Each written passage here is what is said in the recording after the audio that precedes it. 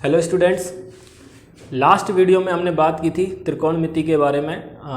हमने देखा था कि किस प्रकार से हमने त्रिभुज में उसके किसी न्यून कोण के साथ उसकी भुजाओं, जैसे ये था कल हमने देखा था कर्ण, इसके लिए ये था लंब और ये आधार। तो कोण का उसकी भुजाओं के साथ जो आनुपातिक संबंध है उसके बारे में हमने पढ़ा। साथ में हमने देखे 6 त्रिकोणमितीय अनुपात, उनके हिंदी में जो नाम थे वो, और उनके आपस में कुछ रिलेशन। आगे आज हम देखेंगे सर्वसमीकाएं, बात करेंगे पाइथागोरस प्रमेय के बारे में, और साथ में कुछ विशिष्ट कोण जो होते हैं जैसे 0 डिग्री, 30 डिग्री, 60 डिग्री, 90 डिग्री, इन सभी के विभिन्न जो त्रिकोणमितीय अनुपात हैं उनमें क्या क्या इनके मान होंगे उस टेबल के बारे में बात करेंगे। तो शुरू करते हैं।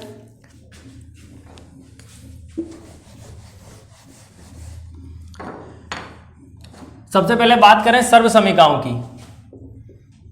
सर्वसमीकाएं, तो 3 सर्वसमीकाएं होती हैं। कौन कौन सी होती हैं?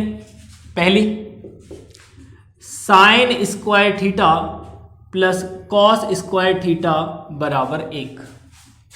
Sine square theta plus cos square theta बराबर 1।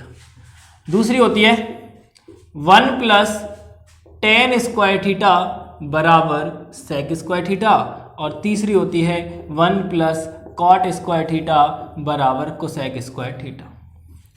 कल हमने इनके और भी संबंध देखे थे, जैसे हमने देखा था साइन थीटा बराबर 1 कोसेक थीटा, कॉस थीटा बराबर 1 सेक थीटा, और टेन थीटा बराबर 1 कॉट थीटा।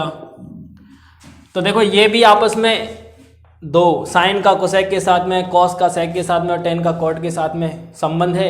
इसी प्रकार से यहाँ देखोगे, देखो साइन और कॉस का है, ये साइन और कोसेक का है, ये साइन और कॉस का संबंध है। ये कॉस और सेक का है, यहाँ टेन और सेक का संबंध है।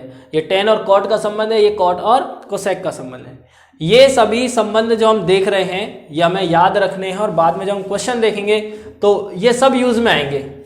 जिस प्रकार का सवाल हमारे पास होगा उसी तरह से हम इन जो भी हमारे फॉर्मूला हैं उनको यूज में लेंगे। तो हमारे पास 3 सर्वसमीकाएं हो गई, sine square theta plus cos square theta बराबर 1, 1 प्लस टेन स्क्वायर थीटा बराबर सेक स्क्वायर थीटा, और 1 प्लस कॉट स्क्वायर थीटा बराबर कोसेक स्क्वायर थीटा।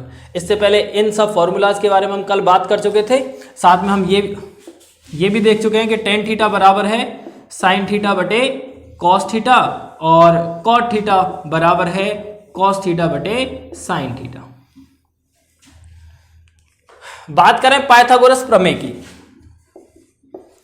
पाइथागोरस प्रमेय, या फिर इसका एक और नाम है बौधायन, बौधायन थ्योरम या बौधायन प्रमेय। ये भी समकोण त्रिभुज से ही संबंधित है। तो ये हमारे पास एक समकोण त्रिभुज है। तो समकोण त्रिभुज में समकोण की सबसे बड़ी भुजा, और सबसे बड़ी भुजा कौन सी होती है समकोण त्रिभुज में? 90 डिग्री के सामने वाली भुजा। समकोण त्रिभुज में उसकी सबसे बड़ी भुजा का वर्ग यानी AC स्क्वायर बराबर होता है शेष 2 भुजाओं के वर्गों के योग के, यानी कि AC स्क्वायर बराबर है AB square plus AC square.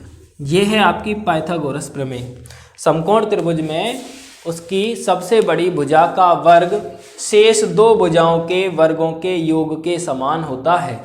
अब त्रिकोणमितीय अनुपात में हमने इनके नाम रखे, जैसे यदि हमने ये कोण ले लिया है थीटा, तो हमने बताया कि ये तो कर्ण फिक्स है ही, इसके अलावा थीटा के सामने वाली भुजा होती है लंब, और शेष भुजा कहलाती है आधार।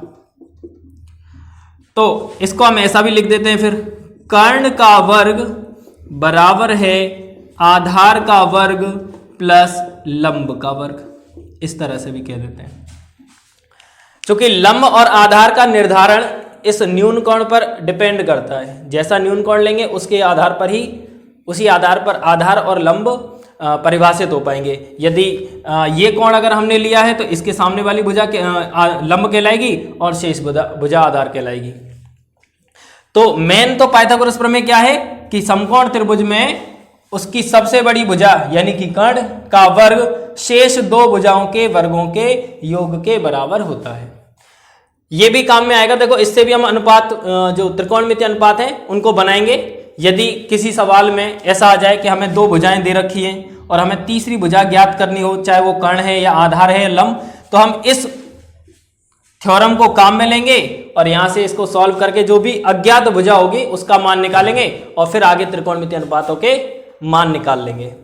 तो अब बात करते हैं उस टेबल के बारे में जिसमें विभिन्न त्रिकोणमितीय अनुपातों के अलग अलग कोणों के मान दिए हुए हैं। किस प्रकार से उसे बनाएंगे, उसका एक सिंपल सा तरीका है। पहले तो आपको वो टेबल बनाना आना चाहिए। जब आप उस टेबल को बनाना सीख जाओगे उसके बाद आप वैल्यू याद करना। तो देखें किस प्रकार से हम उस टेबल को बनाते हैं।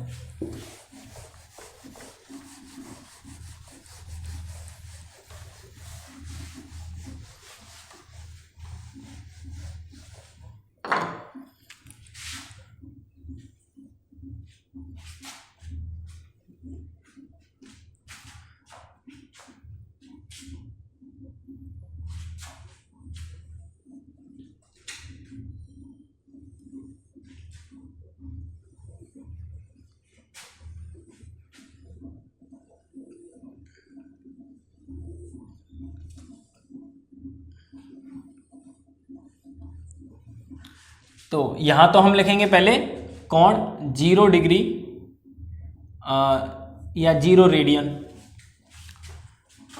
30 डिग्री या π/6 रेडियन, 30 डिग्री को π/6 रेडियन कहते हैं, 45 डिग्री या π/4 रेडियन, 60 डिग्री या π/3 रेडियन और 90 डिग्री या π/2 रेडियन। रेडियन और डिग्री में क्या रिलेशन है इसके बारे में भी बात करेंगे। पहले इस टेबल को देखें। यहां हम लिखेंगे सभी त्रिकोणमितीय अनुपातों को। तो हमारे पास 6 त्रिकोणमितीय अनुपात हैं, देखते हैं उनको।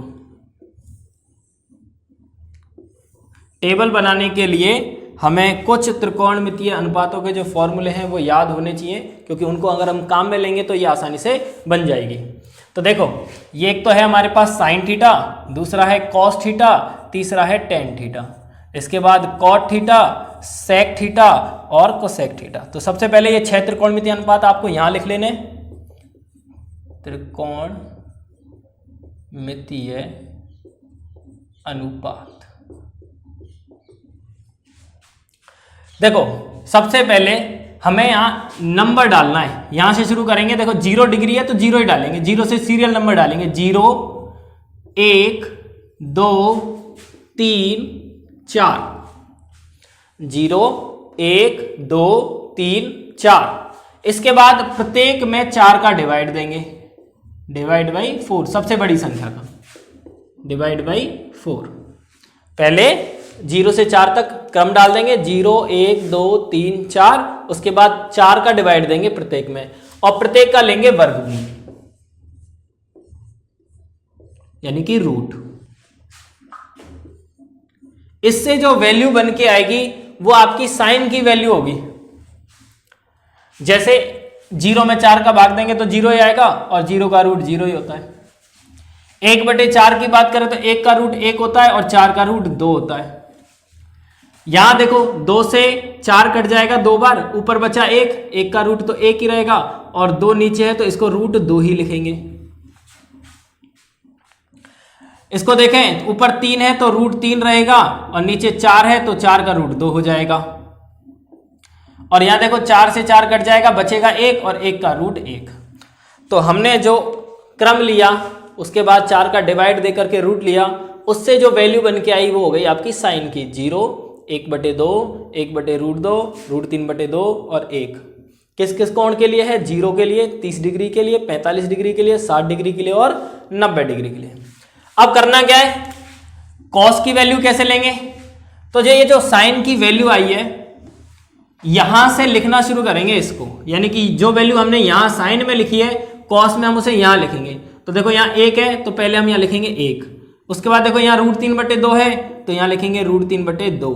उसके बाद देखो 1/√2 है तो यहाँ 1/√2 ही आएगा। उसके बाद 1/2 है तो यहाँ 1/2 लेंगे और लास्ट में यहाँ 0 है तो यहाँ 0 ले लेंगे। बिल्कुल इजी है, आसानी से कर सकते हो आप। पहले साइन की वैल्यू यहां से निकाली, उसके बाद ये जो क्रम है संख्याएं हैं उनको यहां से लिखना शुरू करना है। पहले 1, फिर √3/2, फिर 1/√2, फिर 1/2, फिर 0।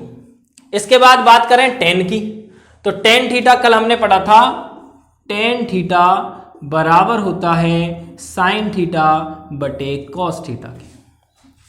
तो यहां भी यही करना है, आपको भाग देना है। तो 0/1 0 ही होता है, इसका मतलब यहाँ 0 आएगा। इसके बटे में इसको लिखो 1/2 बटे में √3/2, 2 से 2 खत्म, क्या आया 1/√3। देखो समान संख्याएं हैं, भाग देंगे तो 1 ही आएगा, 1/√2 और बटे में भी 1/√2 कट जाएंगे, 1 मिलेगा। इसे देखो √3/2 और बटे में 1/2, 2 से 2 खत्म, √3 मिल गया। और 1/0, 1/0 होता है अनंत, और अनंत होता है अपरिभाषित, अनंत होता है अपरिभाषित मान। ठीक, अब बात करें कॉट की, तो फिर से वही जैसा कॉस के लिए हमने साइन की वैल्यूज को ऐसा उल्टा करके लिखा, यहाँ जो वैल्यू यहां दे रखी है उसको पहले यहां लिखा। ठीक ऐसे tan में और कॉट में होगा। कॉट के लिए भी tan की वैल्यू को यहां से लिखना शुरू करेंगे, यानी कि जो अनंत यहां आया है वो यहां आ जाएगा, फिर √3 है तो √3 यहां आएगा, उसके बाद 1, उसके बाद 1/√3 और लास्ट में 0। फिर से वही अनंत यानी कि अपरिभाषित मान। अब बात करें सेक की, तो कल हमने एक फॉर्मूला पढ़ा था, सेक थीटा बराबर होता है 1/cos थीटा की। तो 1/cos का मतलब क्या है, 1 में यदि इन मानों को रखें, cos के मानों को 1 करके, तो सेक की वैल्यू निकल कर आ जाएगी। तो करना क्या है कि देखो यहाँ पे 1 है तो 1 के बटे में लिखेंगे 1/1, 1 ही आएगा। इसको लिखेंगे 1/√3/2, तो 2 अब चला जाएगा ऊपर, तो ये बनेगा 2/√3। 1/√2, तो √2 ऊपर चला जाएगा तो आएगा √2। ऐसे 2/√3, सॉरी 1/2, तो ये हो जाएगा 2। और 0 को लिखेंगे 1/0, और 1/0 होता है फिर से वही अनंत। कोसेक के लिए फिर से वही वापस से यहां से लिखना शुरू करेंगे, तो इन्फिनिटी यानी कि अनंत, फिर 2, फिर √2, उसके बाद 2/√3 और लास्ट में 1। और ये आपकी टेबल तैयार। आसान है, आप रफली इसको 2-3 बार ट्राई करो, बनाओ, खुद से बनाओ। पहले एक बार समझो, 2 बार समझो, अच्छे से जब समझ में आ जाए फिर खुद अपने आप बिना देखे बना के देखो। जब आप बिना देखे इसको 2-3 बार बनाओगे तो आपको पूरी तरह से समझ में आ जाएगी। तरीका याद रखें, पहले हमें साइन की वैल्यू निकालनी है इस तरीके से, उसके बाद कॉस का मान यहाँ से लिखना शुरू करना है, उसके बाद tan के लिए साइन बटे कॉस करना है, फिर कॉट के लिए पुनः यहाँ से लिखना शुरू करना है, फिर सेक के लिए 1/cos करना है, और कोसेक के लिए फिर से सेक की वैल्यू को यहाँ से लिखना है, और आपकी टेबल तैयार। तो ये टेबल आपको समझ में आ गई होगी, और एक बार अच्छे से इसको देखें तो अच्छे से समझ में आपको आ जाएगी। नेक्स्ट वीडियो में हम देखेंगे इसके कुछ सवालों को, और बात करेंगे रेडियन और डिग्री के बारे में, कि किस प्रकार से कोण को उसकी माप यानी कि जो डिग्री माप है उसको रेडियन में या रेडियन को डिग्री में बदलते हैं। Thank you. कितनी आ गई?